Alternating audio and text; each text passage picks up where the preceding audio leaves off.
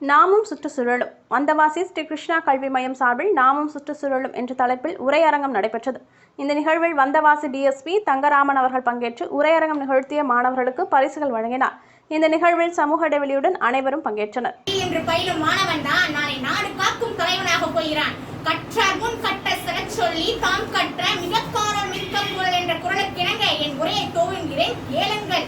நோய்க்கு இடங்குடேன் என்கிறது அப்பையின் வாக்கு. நோயற்ற வாழ்வே குறைவற்ற செல்வம் என்கிறது பழமொழி. நோயற்ற வாழ்வுக்கு சுற்றுச்சூழல் பாதுகாப்பு தான் இன்றியமையாதது என்கிறேன் நான். சுற்றுச்சூழல் என்பதே மனிதனுக்கும் விலங்குகளுக்கும் பொதுவான ஒன்றாகும். சுற்றுச்சூழல் நம்மை பாதுகாத்த காலம் போய் சுற்றுச்சூழலை நாம் பாதுகாக்கும் அளவிற்கு வந்துவிட்டோம். பணக்காரனாக இருந்தாலும் சரி, ஏழையா இருந்தாலும் சரி, காட்டுக்கே அரசான சிங்கமானாலும் சரி, ஓடையில ஒதுங்கால் நண்டானாலும் சரி, இவங்க எல்லாருக்குமே சராசரியான ஒரே விஷயம் காற்று. அப்படிப்பட்ட காற்றை நம்ம பல்வேறு வகையில மாசுபடுத்திட்டோம். விண்வெளிக்கு போய் அங்க சூழல் நல்லா இருக்கான்னு ஆராய்ச்சி பண்ண தெரியல நமக்கு நம்மள சுத்தி இருக்கிற சூழலையே பாதுகாக்க தெரியாம போயிடுச்சு.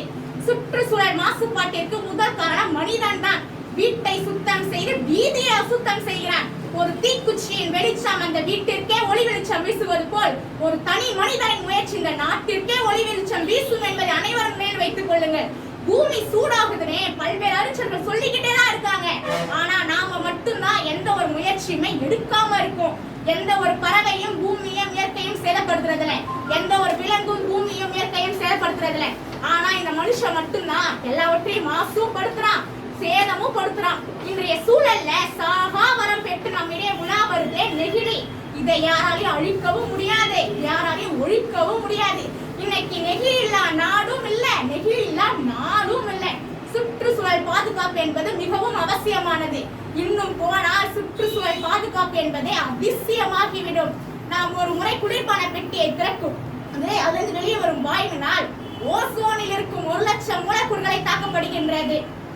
எல்லாரும் ஒன்றை மட்டும் நினைவு வைத்துக் கொள்ளுங்கள், அழிந்தது அமேசான் காடல்ல, உலகத்தின் நுரையீரல். நம்ம கிட்ட இருக்கும் மரத்தெல்லாம் வெட்டி பிளாட் போட்டுட்டு பக்கத்து மரத்துக்காரன்ட்ட கையேந்தி நிக்கிறோம். தண்ணீர் கொடுங்கனை. எந்த வளம் இல்லை இந்த திருநாட்டில், எந்த வளம் இல்லை இந்த திருநாட்டில், ஏன் கையேந்த வேண்டும் வெளிநாட்டில்? ஆனால் இன்றோ நம் நாட்டில் 24% மட்டும்தான் வனவளம் உள்ளது. ஒரு நாடு செழிப்புடன் வாழ்வதற்கு 33% வனவளம் தேவை என ஒரு அறிக்கை கூறுகிறது.